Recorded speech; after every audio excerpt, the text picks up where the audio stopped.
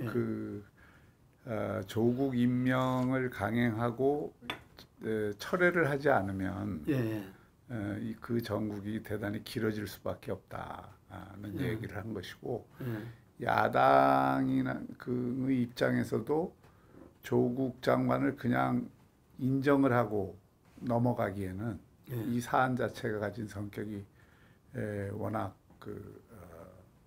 크고, 또 야권의 입장에서는 여기에서 물러서면은 이 자신의 입지 자체가 저는 없어진다고 봐요. 그러니까 야권의 입장에서는 이거는 격렬하게 투쟁할 수밖에 없는 사안이고, 또 야권의 입장에서는 기본적으로 이 사안이 자신들의 투쟁의 정당성이 있다고 보기 때문에, 그리고 또 이 과정 속에서 이 국민들의 민심도 물론 양극화되긴 했지만 전체적으로 이 정당성 투쟁에서 이 야권에 불리하지 않다고 보는 거죠. 또 실제로 그 대통령 지지율이나 여당의 지지율이 이렇게 좀 하락세를 보이고 있고, 또 그렇게 되면 이 선거법이나 사법개혁 안들도 무리하게 밀어붙이기가 쉽지 않은 환경이 올 겁니다. 그렇기 때문에 제 개인적으로 본다면, 만약 조국 카드를 끝까지 고집하고 간다면, 물론 뭐 검찰 수사 결과에 따라서 또 상당히 달라질 사안이긴 하지만, 그것이 과연 여권이 그렇게 쉽게 가볍게 생각할 수 있는 것이냐, 저는 뭐 좀 그렇게 안 본다는 거죠. 그 5년 단임제 하에서 이 권력이 성공하느냐 실패하느냐는 뭐 그 정권이 내세우고 있는 비전이 제대로 설정된 거냐, 또 그것을 실행할 능력이 있느냐, 다시 말하면 그것을 정책으로 운반해서 성과를 낼 수 있느냐, 이것도 한 축이고, 다른 한 축은 이 권력의 이너서클에 해당되는 사람들이 어떤 생각을 갖고 있고 어떤 행태를 보이느냐, 이게 대단히 중요하다고 생각합니다. 바람직하기는 이 정말 그 대한민국이 가야 될 미래에 대해서 올바른 비전과 가치, 또 이 노선을 갖고 있는 사람들이 권력의 이너서클을 형성하면서 이들이 사심없이 국정을 수행하는, 그러면서 이 권력을 향유하거나 권력을 자의적으로 남용하는 일이 없게 이 스스로 절제의 미덕을 보이는 것, 이것이 저는 성공한 권력 또는 정권의 요인이라고 보는데, 어떤 정권도 그렇게 하지를 못해요. 특히 그 이너서클의 측면에서는 그 이너서클이라는 게 여러 유형의 이너서클이 있는데, 뭐 실제로 가신그룹이 있을 수 있고, 또 친인척과 관련된 부분이 있을 수 있고, 또 그 대통령의 의중이나 소위 말해서 문고리를 잡고 있는 이너서클이 있을 수도 있고, 정책의 이너서클이 있을 수도 있는데, 정책의 이너서클은 사실 권력에는 큰 권력의 어떤 운용에서는 오히려 영향력이 좀 작은 편이죠. 바람직하지 않게도. 근데 대부분 이제 권력의 이너서클이라 그러면 인사권을 쥐고 있거나, 그리고 이제 그 대통령의 아주 중요한 계기에서의 의사결정의 귀를 잡고 있거나, 이런 분들이 이제 권력의 이너서클이라고 할 수 있는데, 그 권력의 이너서클의 수준이 그 정권의 성격을 규정하고, 또 그 정권의 성패를 좌우한다고 저는 생각합니다. 아쉽게도 문재인 정권도 그런 면에서의 그 권력의 이너서클의 수준이라 할까요? 또는 기대했던 어떤 우리가 그 대한민국이 앞으로 나가기 위해서 기대하는 수준에는 못 미친다. 그것을 이게 보여준 사안이다. 과거 정권들도 대개 보면 집권 3년 차에 지지율이 다 떨어집니다. 대부분이 50% 넘는 정권은 한 번도 없었고요. 그 87년 이후에 40%대였던 정권이 김대중 정권, 이명박 정권 정도예요.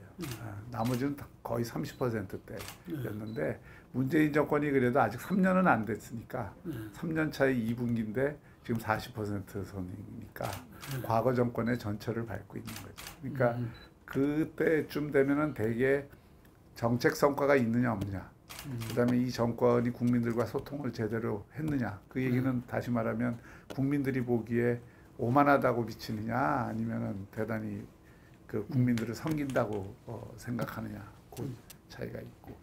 그리고 이제 그런 어떤 와중에 이게 뭐 정책 성과도 없고 조금 무능하다고 생각을 하면서 오만하다고 또 느끼게 되는 계기들이 발생을 하는데, 그게 이번 조국 사건 같은 거죠. 거기다가 이제 이너서클 내의 그 뭐 권력형 비리라든지 또는 개인 비리라든지 이런 게 이제 드러나게 되면 정권은 내리막길을 걷게 되죠. 저는 지금 그 기로에 있다고 생각하는데, 이 정권이. 네. 그래서 이번 조국 장관도 뭐 명분이야 무엇이든지 간에 저는 이게 무리하고 있다, 정권이. 그리고 국민들에게는 결국 오만하게 미칠 수밖에 없다. 지지층에는 뭐 화이팅하는 계기를 마련했을지 모르지만 이렇게 결국 정치라는 거는 다수 국민을 바라보고 하는 것이고, 되게 과거 경험으로 볼 때도 이런 그 생각이 들어요. 어떤 그 정권이 여론조사 결과 지지율이 떨어지고 뭔가 국민적 비판이나 언론의 비판이 막 강화되면 권력의 이너서클 내에서 이런 이야기들이 이제 옵니다. 이 무소의 뿔처럼 이번에도 가자. 나왔죠. 그리고 역사의 평가에 맡기겠다. 그리고 역사만 바라보고 가겠다. 뭐 그리고 맞아, 역사가 많이 나오죠. 국민들 지지에 뭐 여론의 이 동향에 일희일비하지 않겠다. 매번 나오는 얘기예요. 맞습니다. 그런데 그 지나놓고 보면 결국 그런 어떤 국민적 지지를 못 받거나 또 국정 지지율이 떨어지면 아무리 좋은 일을 해도 결국 국민들 기억 속에는 그것이 좋은 일로 기억이 안 되고, 따라서 역사의 평가도 좋을 수가 없습니다. 광우병 온 데다가 글로벌 금융위기까지 와갖고, 맞아. 그러니까 국정이 완전히 거의 지지율이 20%대로 폭락을 하고 막 그럴 때인데, 그 글로벌 금융위기 직전 광우병 와중에 사태 와중에 제가 이제 청와대 들어갔는데, 그때부터 이 제2기 청와대 그 수석들이 그 많은 부분에 대한 이제 토론 끝에 실제로 뭐 그런 제안도 저도 했습니다만은 친서민 중도 실용이라고 하는 노선으로 전환을 했죠. 그러니까 하나는 글로벌 금융위기가 왔기 때문에 글로벌 금융위기를 극복하는 게 제일 중요한 과제였고, 그리고 금융위기를 극복하는데 이것이 IMF 위기처럼 이 서민 대중들한테 엄청난 피해가 오는 식으로 금융위기 극복이 되면 안 되고, 이런 그 경제 위기가 오면은 서민들이 제일 어려우니까 정부는 서민들을 챙기는데 가장 그 중심적인 그 목표를 두고 국정을 해야 된다. 이런 것을 이제 우리가 이제 친서민 중도 실용으로 내걸었고, 거기에 맞는 정책들을 많이 뭐 학자금 문제라든지 신용불량자 대책 문제라든지 뭐 여러 가지 어떤 대책들을 세워가면서 또 대통령 행보도 그런 식으로 이제 기획이 돼서 많이 했고요. 그러면서 오히려 그 금융위기 극복 성과들이 좀 나타나고, 그런 그 서민 실용 정책들이 국민들에게 호응을 얻으면서 오히려 거꾸로 이명박 대통령은 집권 3년 차에 제일 높은 지지율을 기록을 했었어요.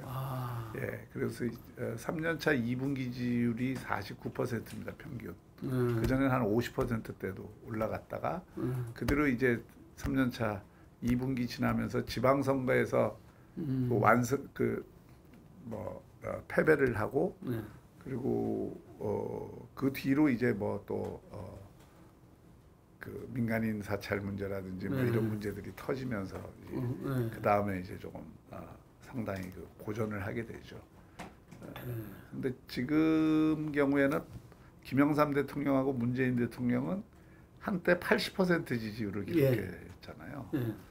그 두 유형의 대통령인데, 김영삼 대통령도 집권 3년 차 오면은 이게 40% 이하로 추락을 합니다. 그게 뭐 똑같은 이유예요. 뭐 여러 가지 어떤 초기에는 국정 성과가 엄청나게 있었지만 네. 시간이 지날수록 이제 그 피로감이 쌓이고 특히 노동개혁이나 이런 부분에서 별로 성공을 못하고 뭐 이러면서 그 뒤로는 더 떨어지고 결국 뭐 IMF 위기까지 맞으면서 최악의 지지율로 마감을 했죠. 문재인 대통령도 추세로 보면 김영삼 대통령 그 추세하고 비슷해요. 3년차 지금 추세. 그런 면이 있죠.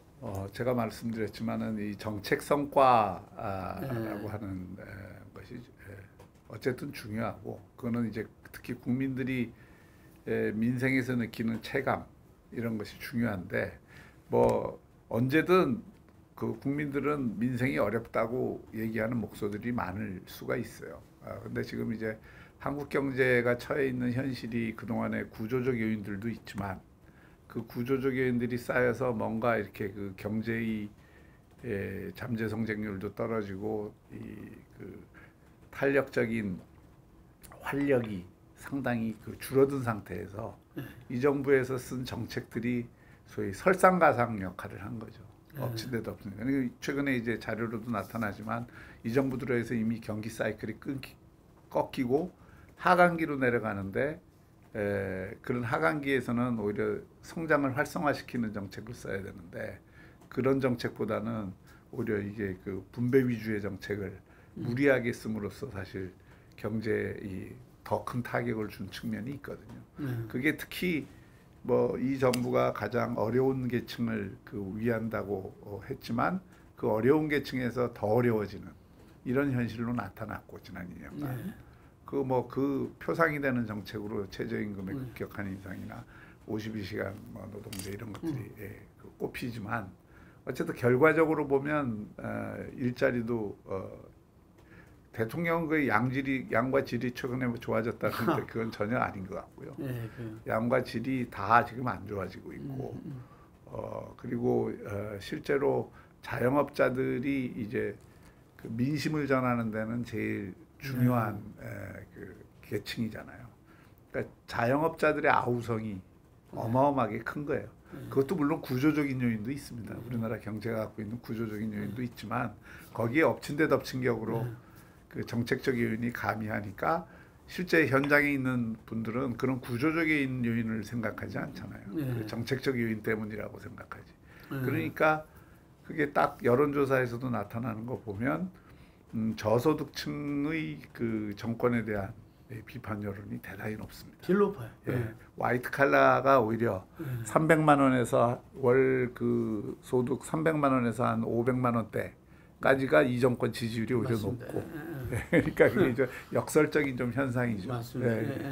그래서 사실 지금 현장에서는 그런 어떤 자영업자층을 중심으로 해서 그 비판적 여론의 목소리가 어마어마하게 커졌다는 것은 뭐 틀림없는 사실이죠. 참 이 아이러니한 문제예요. 그러니까 지난 2년간 적폐청산 수사할 때 저는 똑같은 거꾸로 심정을 가졌거든요. 검찰이 너무 무리하게 수사를 한다. 그 무리하게 수사를 하는 과정에서 많은 사람들이 목숨도 잃었고, 뭐 제가 보기에는 무리하게 법 적용을 해서 감옥 간 사람도 많고 기소된 사람도 많고 뭐 하여튼 그래요. 그러니까 검찰 개혁이라고 하는 거는 두 가지잖아요. 그러니까 이제 그런 수사를 지난 2년간 적폐청산이라는 이름으로 했기 때문에 저희 같은 사람들 입장에서 보면 이게 정치적으로 공정한 수사가 아니라 표적 수사고 적폐청산으로 라고 쓰지만은 실제로는 정치보복적 성격이 대단히 강하다. 이런 그 불만을 가졌던 거거든요. 그리고 비판적 입장을 가졌던 거고. 그 얘기는 거꾸로 얘기하면 우리나라 검찰이 역대 그랬습니다마는 지금 이 정부도 얘기하려고 하는 검찰 개혁의 핵심이 뭐냐. 하나는 검찰이 정치적 중립성을 지키고 그리고 검찰이 그 자신이 갖고 있는 막대한 힘을 갖고 무소불위 힘으로 무리한 수사를 하지 마라. 이 두 가지잖아요, 사실. 그렇게 해서 그 무리한 수사 속에 항상 인권 침해 문제가 나오고 그리고 이게 검찰이 모든 것에 우위에 서는 그러니까 국정을 그냥 검찰이 언제든지 휘두를 수 있는 그런 어떤 그 환경을 만들었다 하는 거잖아요. 그러면 이 문제를 그 정말 개혁하고 싶으면 이번 그 조국 장관 임명 같은 일을 하면은 안 되죠. 그거는 검찰 수사의 중립성도 그 자체로 해치는 일일 뿐 아니라 무소불위 검찰 권력을 개혁하겠다고 조국 장관이 설치는 순간 그건 검찰의 정당성만 더 강화시켜 준다고.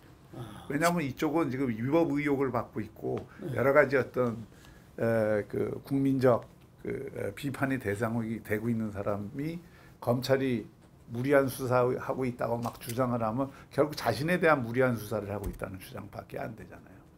그런 식으로는 이 정부가 얘기하는 검찰 개혁은 한 발도 못 나간다. 그러니까 정치색을 빼라 이거를.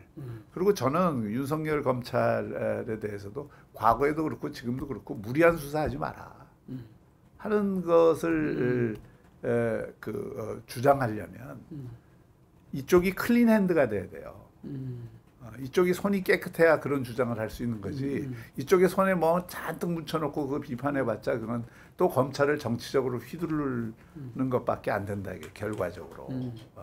그래서 나는 문제고. 어느 쪽이 클린 핸드? 이쪽이 클린 핸드를 법무부 수장이 검찰 개혁을 추진하는 수장이 클린 핸드가 돼야 이게 그 클린 핸드 이론이 있잖아요, 유명한 이론. 그러니까 그 클린 핸드가 돼야 이 검찰 개혁이라는 것도 정당성을 갖지. 그런 게 아닌 상태에서 지금 검찰 개혁하자는 건 정치 싸움 하자는 것밖에 안 되잖아요. 그리고 결과적으로 그거는 국민들도 양극화하고 법무부와 검찰 또는 검찰과 청와대 정권과의 어떤 대립도 심화시키는 그런 방향으로 진행이 되면 그건 저는 뭐 검찰 개혁도 제대로 안 되면서 결과적으로 보면 오히려 검찰의 정당성만 강화시켜 줄 수 있다. 검찰 수사의 정당성만 강화시켜 줄 수 있다고 보고요. 또 하나 이제 그런 것 이전에 그 지적 이렇게 우리가 얘기할 수 있는 것은 소위 검찰 내부에서도 이 검찰 수사에 대해서 이거를 일종의 그 성역화하려고 하는 그런 경향들이 있어요, 과거부터. 그래서 그건 누구도 그런 고유의 영역에 대해서 우리 지키는 것이 자신들의 어떤 존재 이유를 보증하는 것이고 또 그것이 검찰의 힘을 계속 유지할 수 있는 거다라고 하는 생각을 가진 검사들이 있다고요. 그게 소위 나는 검사다 하는 사람들인데 그게 주로 이제 특수부나 공안부라고 하는 과거의 그 엘리트 검사들이 그런 의식들이 굉장히 강하죠. 이 사람들이 정권 초기에는 어느 정도 이 통치권이라고 하는 차원에서 검찰 권력을 활용을 하지만 그러나 어느 순간이 지나면 그게 살아있는 권력에 대해서도 늘 자신의 그 존재 이유를 입증을 시키는 방식으로 해왔어요. 어느 정권이든 살아있는 권력에 대해서 전혀 손안댄 검찰이 없습니다. 그러니까 저는 이번 사안도 그 유사한 사안이라고 보고 특히 윤석열 총장이나 지금 검찰의 핵심부에 있는 분들은 그런 의식이 상당히 강한 사람들로 채워져 있는 것 아니냐 이런 생각이 들고 또 더 나아가서는 아마 그런 생각도 있을 수 있겠죠. 차제 이탈리아판 마니폴리 때 같은 거를 한국판으로 한번 만들어 보겠다 하는 생각도 있을 수 있겠죠. 그 일정한 조건이 충족되면 그 경찰의 일정한 수사의 자율성을 넓혀주는 쪽으로 가는 것이 맞다고 봐요. 그 방향. 근데 이번 이제 패스트트랙에 올라가 있는 법안 가운데 검경 수사권 조정도 과연 이제 그런 그 안전장치를 얼마나 두느냐에 대해서는 조금 더 따져봐야 될 대목들이 있고 그거보다 더 중요한 거는 이제 공수처법이죠. 저는 이게 검찰이 내부적으로 반발한다면 검경 수사권 조정보다도 공수처법에 대해서 더 반발할 가능성이 있다고 생각을 하고 윤 총장은 총장 되기 전에 공수처법은 인정하는 듯한 이야기를 그거는 했어요. 총장 되기 전에 그렇군요. 검찰들 얘기를 들어보면 사실은 공수처법이 지금 그대로 통과되면 그거는 검찰보다도 오히려 더 정치적 중립성을 확보하기가 어렵습니다. 그리고 그 공수처법은 검찰을 수사할 수 있는 법이잖아요. 그러니까 세계 어느 나라에 지금 공수처법과 같은 조직을 두고 있는 나라가 거의 없어요. 영국이 옛날에 80년대 그 부패수사청을 뒀다가 지금은 이제 통합을 해서 새로 이제 조직을 바꿔서 우리나라 공수처하고는 완전히 그런 성격이 다른 거고요. 세계에서 지금 이런 형태의 공수처를 두고 있는 나라가 지금 법안으로 올라가 있는 걸로만 보면 우리나라가 유일한 겁니다. 그래서 이런 어떤 옥상옥을 과연 꼭 만들어야 되느냐. 그거보다는 오히려 검찰총장을 중립적으로 선임할 수 있는 방안, 임기를 보장해주고 그다음에 검찰을 실질적으로 그런 어떤 무리한 수사를 하지 못하도록 하는 여러 가지 어떤 제도적 장치를 두는 것이 더 필요한 거 아니냐. 또 과거 중수부를 없앴듯이 지금 결국 그런 무리한 수사는 대개 특수부나 이 공안에서 나오는 거기 때문에 공안의 힘은 저는 굉장히 약화됐다고 보고 지금 오히려 특수부 검사에서 그런 어떤 무리한 수사 얘기들이 많이 나오니까 그런 부분들을 명확히 좀 그 인권 보호를 위해서 제어할 수 있는 장치를 두는 것이 진정한 검찰 개혁이 아니냐 이런 생각이. 이 문제는 진짜 우리가 좀 솔직히 복귀를 해볼 필요가 있다고 생각해요. 지난 2년간 이 남북 관계의 어떤 평화적 무드 조성을 통해서 뭐 전쟁 위험을 어느 정도 그 억제했다 이런 이제 그 현 정권의 자기 평가가 있는데 비핵화라고 하는 측면의 과제를 중심으로 해서 보면 한 발짝도 진전이 안 된 거죠. 한 발짝도 진전이 안 됐고 그 기간 동안에 북한의 핵무기는 계속 늘어났습니다. 그리고 북한이 이 소위 대한민국을 향해서 사용할 수 있는 신형 준 전략 무기 체계는 거의 완성이 됐어요. 그리고 실제로 우리가 거기에 대해서 대응할 수 있는 체제는 오히려 약화됐습니다. 그래서 이 점이 이제 보수 쪽에서 느끼고 있는 안보 불안이에요. 안보 불안인데 앞으로 이제 또 그 과정에서 지금 세계 질서가 크게 요동을 치고 있는데 그 전통적인 이 한미 동맹도 이완되는 측면들이 분명히 있고 일본하고의 관계는 최악이고 자 이런 상황에서 과연 비핵화 협상이 제대로 진행이 돼서 우리가 원하는 거의 완전한 비핵화 를 이룰 수 있겠느냐. 많은 사람들이 지금 이제 회의를 하고 있는 거죠. 그리고 그런 어떤 과정으로까지 못 갈 거고 지난 2년간을 복귀해 보면 사실 오히려 북한의 입장에서 얻은 게 훨씬 많다. 거꾸로. 그리고 북한의 입장에서는 중국과의 그 전통적인 그 동맹 관계에서 90년대 이후 그 장성택 처형까지 굉장히 안 좋았잖아요. 중국과의 관계가. 그 중국과의 관계도 상당히 복원을 해냈고, 그다음에 미국에 대해서도 상당히 그 소위 통미봉남이 가능한 수준으로 지금 자기 협상력을 높였고, 그러면서도 자기 핵무기는 계속 늘려왔고, 신형 준 전략 무기 체계를 완성했고, 뭐 북한의 입장에서 보면 잃은 게 별로 없어요. 뭐 경제 제재로 고통을 받은 거는 사실이지만 그 경제 제재 고통도 중국이 뒷문을 열어줌으로써 상당히 빠져나갈 구멍들이 생겼고 그러면 이게 정말 이게 대화를 통해서 북한이 진정한 비핵화 의지를 갖고 이 협상이 임할 거냐 아니면 자신들을 전략적인 핵무기 국가로 용인을 사실상 받으면서 미국이 좋아하려는 정도 수준의 그런 어떤 양보, 예를 들어서 ICBM이나 이 정도 또는 핵 동결, 실험 동결 뭐 이런 정도 수준에서 해놓고 실제로는 북한이 한반도 정세에서 갖는 주도권, 또 대남 전략 이런 것들을 오히려 강화하는 쪽으로 지금 가는 거냐. 저는 그게 지금 기로에 섰다고 생각합니다. 그리고 저는 지금까지 맥락으로 보면 굉장히 우려스럽다 이런 생각이 들고요. 그러니까 지금 오히려 거꾸로 문재인 정권이 무조건 남북한 평화 무드를 조성하는 데만 좀 신경을 쓰지 말고 그게 국내 정치적 효과도 저는 대단히 반감됐다고 생각하거든요.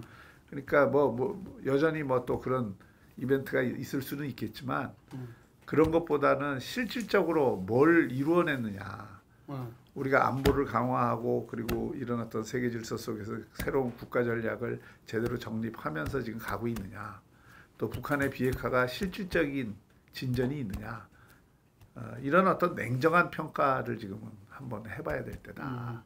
그런 위에서 정말 이렇게 새로운 그 방향들이 나와야지. 그렇지 않고 과거의 관성대로 무조건 남북한이 만나는 게 좋고 무조건 미북한이 만나는 게 좋고 지금 이번에 오늘도 기사를 보니까 그 한미 정상 회담에서 무조건 그냥 이 미북한 만나는 것으로서 그것이 성과라는 식으로 대통령이 얘기하는데 그건 이제 과거 2번 뭐 3번 만났죠. 북미 정상 이 3번 만난 그 결과에서 아무것도 없었던 걸 또 반복하는 것일 수 있거든요.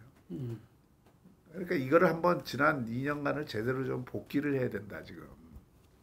저는 좀 그런 면에서 그 문재인 정권이 이 문제에 관해서 너무 좀 조급한 거 아니냐 하는 생각을 갖고 있습니다.